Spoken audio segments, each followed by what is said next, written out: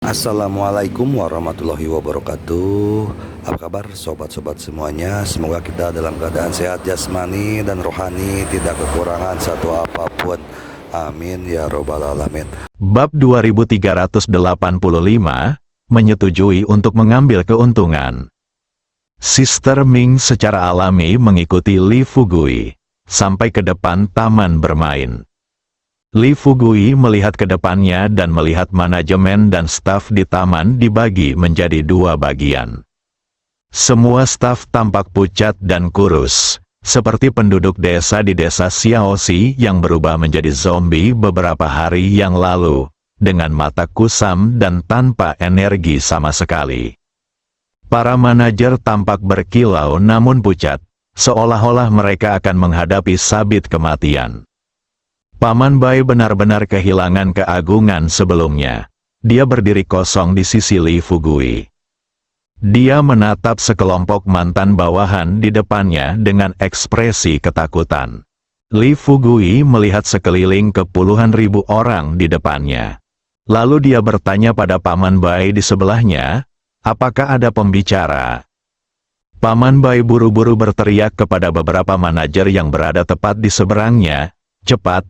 Kenapa kamu masih berdiri di sana? Cepat ambil pembicara. Seseorang membawakan trompet untuk Li Fugui. Li Fugui memegang pengeras suara dan berkata dengan lantang kepada orang-orang di depannya, dengarkan sekarang, saya tahu betapa parahnya Anda tertindas di sini. Sekarang saya akan memberi Anda kesempatan untuk membalas dendam. Bagaimana Anda ingin menghadapi orang-orang yang berdiri di seberangmu? Staf manajemen akan menanganinya. Dia tidak menyelesaikan kalimatnya. Seorang manajer buru-buru berteriak, Paman Bai, tolong bicaralah dengan cepat. Jika kita jatuh ke tangan orang-orang ini, apakah kita masih bisa bertahan? Alam juga mengetahui hal ini. Dia buru-buru berteriak, adik, tunggu sebentar, berapa yang kamu inginkan? Li Fugui mengabaikan Paman Bai. Sebaliknya, dia menatap sekelompok staf di depannya yang siap bergerak dan berkata sambil tersenyum. Ada apa? Kenapa kamu masih berdiri di sana? Apakah kamu tidak ingin membalas dendam? Kamu berani? Haha. Jangan khawatir. Sekarang para manajer ini tidak memiliki senjata di tangan mereka. Dan para manajer yang bertanggung jawab untuk memantau Anda di platform tinggi di sekitarnya. Jika Anda memiliki keluhan atau keluhan, cukup serang mereka. Hampir semuanya tertipu untuk datang ke sini dari seluruh Tiongkok. Setelah tiba di sini, selain menyelesaikan tugas yang diberikan kepada mereka, nyawa mereka selalu terancam. Dan baru saja datang ke sini. Hampir semuanya pernah dipukuli secara khusus. Beberapa orang yang berakal sehat dan pintar lebih jarang dipukul. Namun beberapa orang bodoh masih berusaha melawan. Dan setiap kali mereka melawan, mereka akan dipukuli sampai mati oleh pihak lain. Penindasan jangka panjang, mereka sudah membenci para manajer di sini. Sekarang, Li Fugui menempatkan kesempatan balas dendam di depan mereka. Bagaimana mereka bisa dengan mudah melewatkannya? Setelah Li Fugui mengatakan ini, kelompok anak muda ini langsung marah. Seperti serigala ganas, mereka bergegas melewati staf manajemen, yang hanya terdiri dari beberapa ratus orang yang berdiri di sisi kiri. Tiba-tiba, ratapan dan raungan mengguncang langit. Paman Bai, yang berdiri di samping Li Fugui, melihat para manajer ini dipukuli oleh para staf. Pakaian di tubuhnya basah kuyup oleh keringat. Li Fugui menunjukkan senyum ramah di wajahnya, berbalik dan berkata terus terang kepada Paman Bai, Paman Bai, ada dua cara untukmu sekarang. Pertama, berikan aku semua uang yang telah kamu hasilkan selama bertahun-tahun, dan aku bisa membiarkanmu mati. Berbahagialah. Kedua, saya tidak ingin uang apapun yang Anda hasilkan, tetapi saya akan melemparkan Anda langsung ke staf di depan Anda, dan membiarkan mereka meminta uang ketika saatnya tiba. Duduk terpuruk di tempat, dia tahu, Saya tidak punya jalan keluar.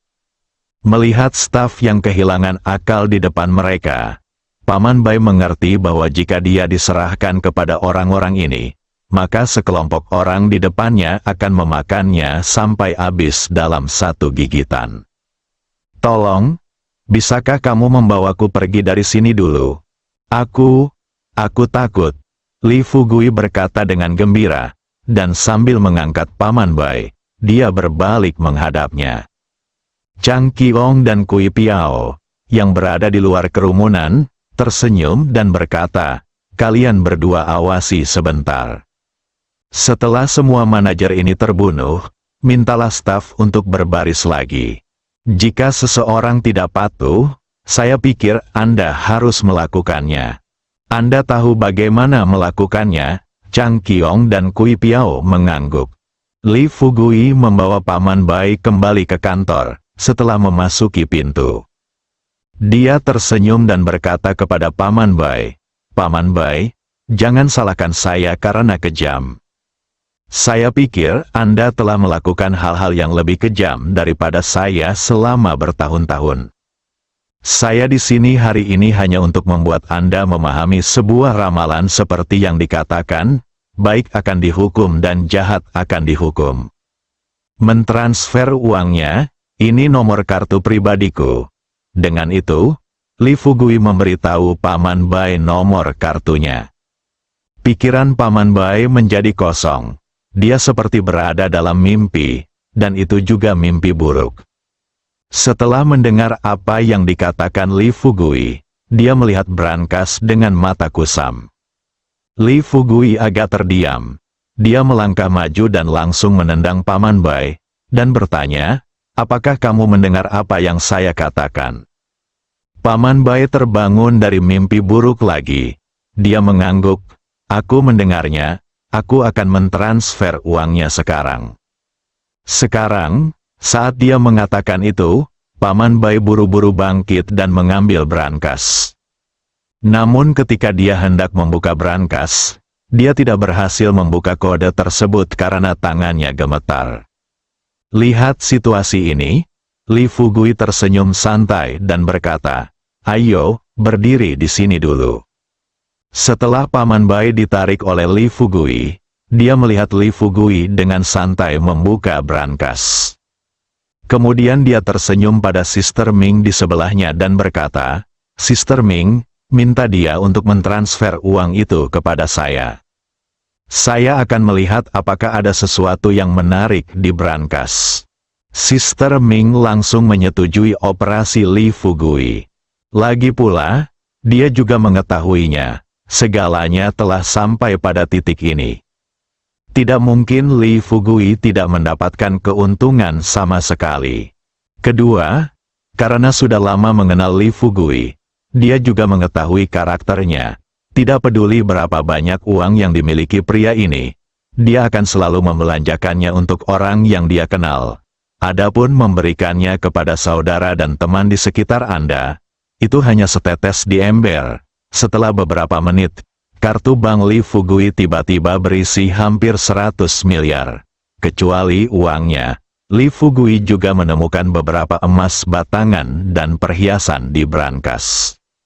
Namun, dia tidak bisa mengambilnya secara langsung sekarang. Setelah memikirkannya, dia memanggil unicorn itu, meletakkan brankas itu tepat di punggung unicorn itu, dan kemudian berkata terus terang padanya, unicorn, ini ambil brankas ini dan sembunyikan di dalamnya.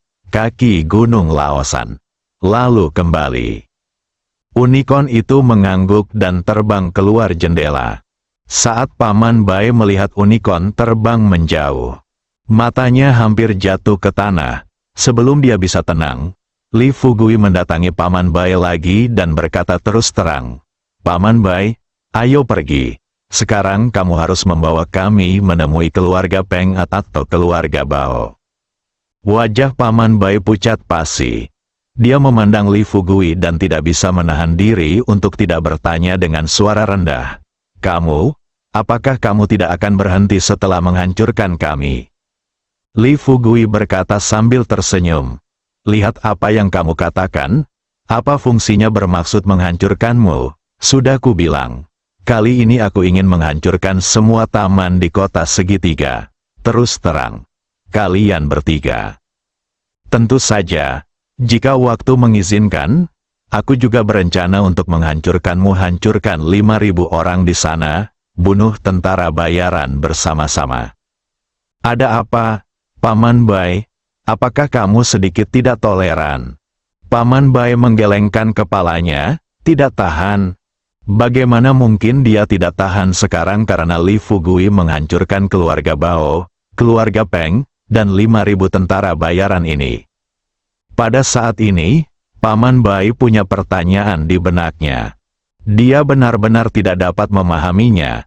Siapakah anak ini, Li Fugui? Berdiri perlahan, Paman Bai menatap Li Fugui dan bertanya, bisakah Anda memberitahu saya, siapa Anda? Saya, Tuan Bai, pernah melihat Master Top sebelumnya, tapi ini pertama kalinya saya melihat seseorang sekuat Anda. Lalu, apakah kita di Tiongkok mempunyai sihir yang tidak kuketahui?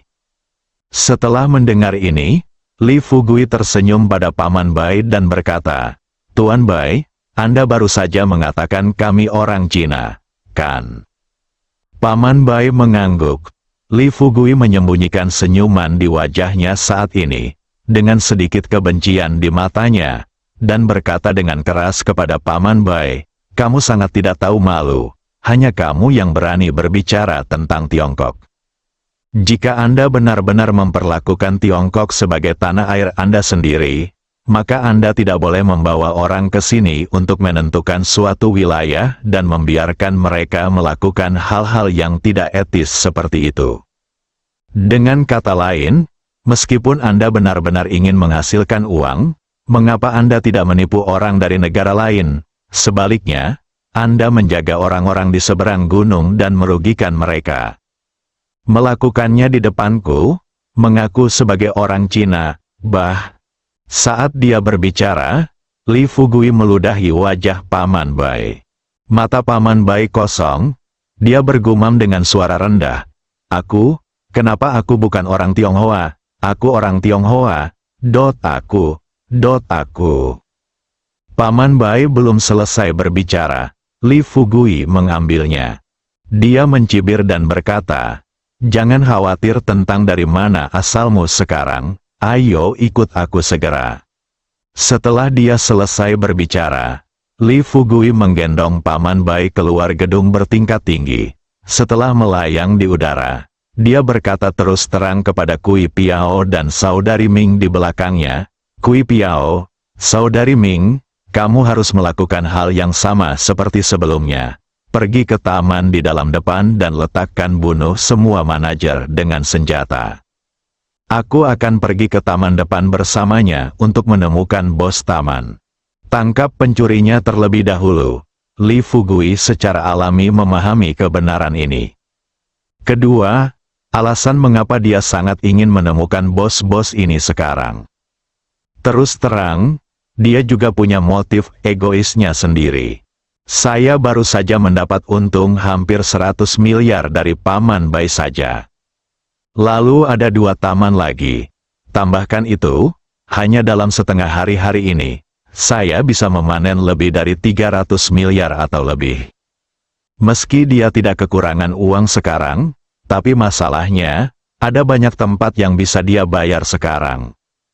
Buang saja 18 juta di setiap kesempatan.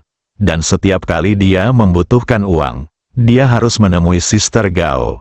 Sebagai seorang laki-laki, Li Fugui terkadang merasa seperti seorang pekerja lepas. Kui Piao dan Sister Ming tidak terlalu memikirkannya.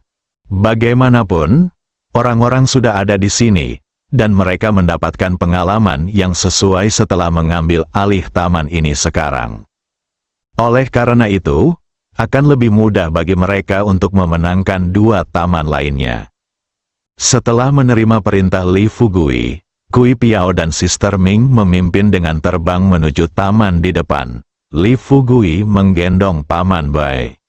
Dan terbang menuju taman di depan, dia tersenyum dan bertanya, katakan padaku, keluarga siapa pemilik taman di depanmu?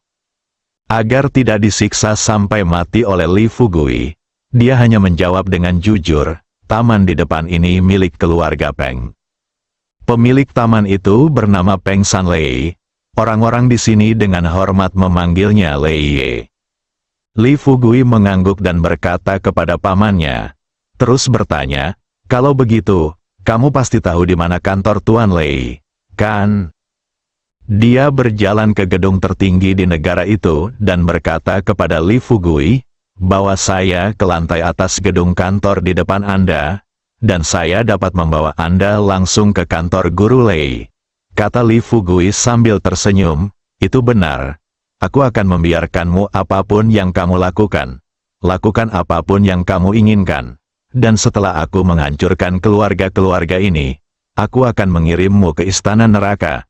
Dan kamu akan dapat mengurangi sebagian rasa sakit. Kalau tidak, jika aku merasa tidak bahagia dan menyerahkanmu langsung kepada mantan bawahanmu, katakan padaku, apakah kamu akan menderita? Dia tidak berniat berbicara omong kosong dengan Li Fugui sekarang.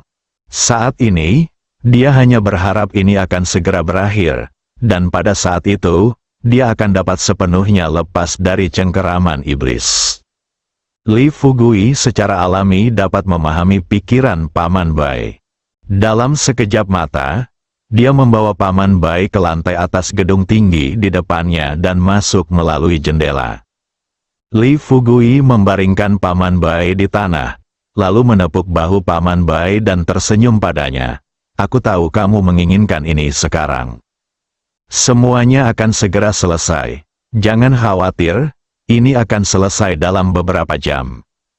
Ngomong-ngomong, bisakah Anda membantu saya melihat sekarang? Apakah ruangan di depan saya itu kantor Tuan Lei? Kata Paman Bai, tidak ada apa-apa. Mengangkat tangannya dan menunjuk ke depan. Li Fugui melihat ke depannya. Kemudian saya melihat seorang wanita muda dan cantik berjalan keluar dari kantor tidak jauh dari sana. Wanita itu bertubuh jangkung dan berombak besar. Ia mengenakan rok yang memeluk pinggul dan sepasang sepatu hak tinggi berwarna hitam. Kedua kakinya yang indah dibalut stoking jala, hanya satu pandangan. Dia hanya bisa menghela nafas. Gadis ini memiliki sosok yang luar biasa. Paman Bai agak terkejut. Dia awalnya mengira anak ini adalah prajurit super yang dilatih oleh departemen tertentu di Tiongkok. Tapi sekarang sepertinya, orang ini sebenarnya mesum juga. Saat saya melihat keindahannya, mata saya menjadi lurus. Jika saya tahu, keadaan anak ini akan lebih baik. Dia harus menemukan grup lagu dan tari di taman yang dilatih untuknya. Bao Buki dan gadis-gadis ini sedang bersenang-senang dengan Li Fugui. Li Fugui juga akan memberinya cara untuk bertahan hidup. Pikirkan ini, Paman Bai dengan cepat berkata kepada Li Fugui. Adik, apakah kamu menyukai wanita cantik? Li Fugui memutar matanya lebar-lebar pada Paman Bai dan berkata dengan marah. Lihat, bukankah apa yang kamu katakan itu omong kosong? Di seluruh dunia, ada berapa banyak orang yang tidak menyukai wanita cantik? Apakah kamu masih laki-laki? Dia buru-buru berkata kepada Li Fugui. Lalu kenapa kamu tidak memberitahuku lebih awal? Adikku, sejujurnya, aku membentuk grup lagu dan tari yang terdiri dari 30 orang. Dan semua keindahan dalam grup lagu dan tari ini adalah keindahan dan taman kita. Kata Paman Bai bersemangat, dan tiba-tiba mendatangi Li Fugui, langsung menghalangi pandangan Li Fugui. Bersambung.